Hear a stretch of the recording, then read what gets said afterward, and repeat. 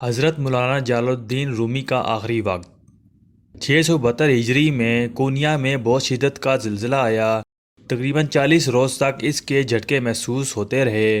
اہل شہر نے مولانا سے اس پریشانی کا ذکر کیا تو مولانا نے فرمایا زمین بھوکی ہے، کوئی تر لقمہ چاہتی ہے اور انشاءاللہ کامیاب ہوگی۔ چند روز بعد مولانا کا مزاج ناساز ہوا۔ ہر چند اتباع نے معالجہ کی تدبیریں کیں لیکن کوئی سود مند نہ ہوئی۔ مرض بڑھتا گیا، جوں دوا کی والا معاملہ ہو گیا۔ مولانا مرض کی طرف بالکل متوجہ نہ ہوتے تھے۔ بیماری کی شہرت عام ہوئی۔ شیخ صدر الدین جو شیخ محی الدین ابن عربی کے تربیت یافتہ تھے، مزاج پرسی کے لیے تشریف لائے۔ مولانا کے مرض کی کیفیت دیکھ کر بے قرار ہو گئے اور مولانا کی شفا کے لیے دعا کرنے لگے۔ مولانا نے سنا تو فرمایا شفا آپ کو مبارک ہو۔ محب اور محبوب میں صرف ایک پیرہن کا پردہ رہ گیا ہے۔ کیا آپ نہیں چاہتے کہ وہ اٹھ جائے اور نور میں مل جائے؟ اس پر شیخ روتے ہوئے اٹھ کر چلے گئے اور سمجھ گئے کہ اب مولانا کا دم واپسی ہے۔ چنانچہ یکشنبہ کے دن 5 جمادی الثانی 672 ہجری کو مرگ کے وقت مولانا ہر مذہب و ملت کے لاکھوں انسانوں کو روتا ہوا چھوڑ کر عالم آخرت کی طرف روانہ ہو گئے اور کونیا کی سرزمین پر ہمیشہ ہمیشہ کے لیے رپوش ہو گئے۔ مولانا اپنی زندگی میں بکثرت مجاہدہ اور ریاضت کرتے تھے۔ 10 اور 20 دن روزہ رکھتے۔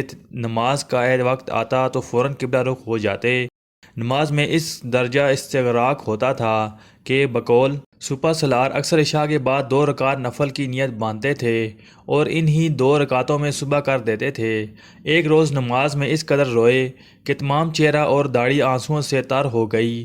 سردی کی شدت کی وجہ سے آنسو جم کر یخ ہو گئے۔ بعض اوقات مولانا پر سکر کی کیفیت طاری ہوتی تھی تو اس حالت میں شریعت کے ظاہری احکام کا ہوش نہ رہتا تھا۔ بیٹھے بیٹھے یکبارگی اٹھ کھڑے ہوتے اور رقص کرنے لگتے۔ کبھی خاموش سے کسی ویرانے کی طرف نکل کھڑے ہوتے۔ سما کی مجلس میں کئی دن مدہوشی کی حالت میں گزار جاتے تھے۔ کسی بزرگ کی سکری حالت کا افعال عام مریدوں کے لیے مشعل راہ نہیں بنتے اور نہ ہی وہ قابل اتباع ہوتے ہیں۔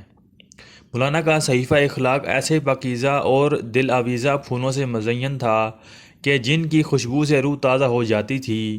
ان کا زاہدہ، قناعت، انکساری، تواضع، شب بیداری، توکل علی اللہ، حلم و تحمل، جو حق گوئی، عقل حلال، اثار شیریں، کلامی مخلوق، خدا سے محبت اور دوسرے اوصاف حمیدہ مثالی حیثیت رکھتے تھے۔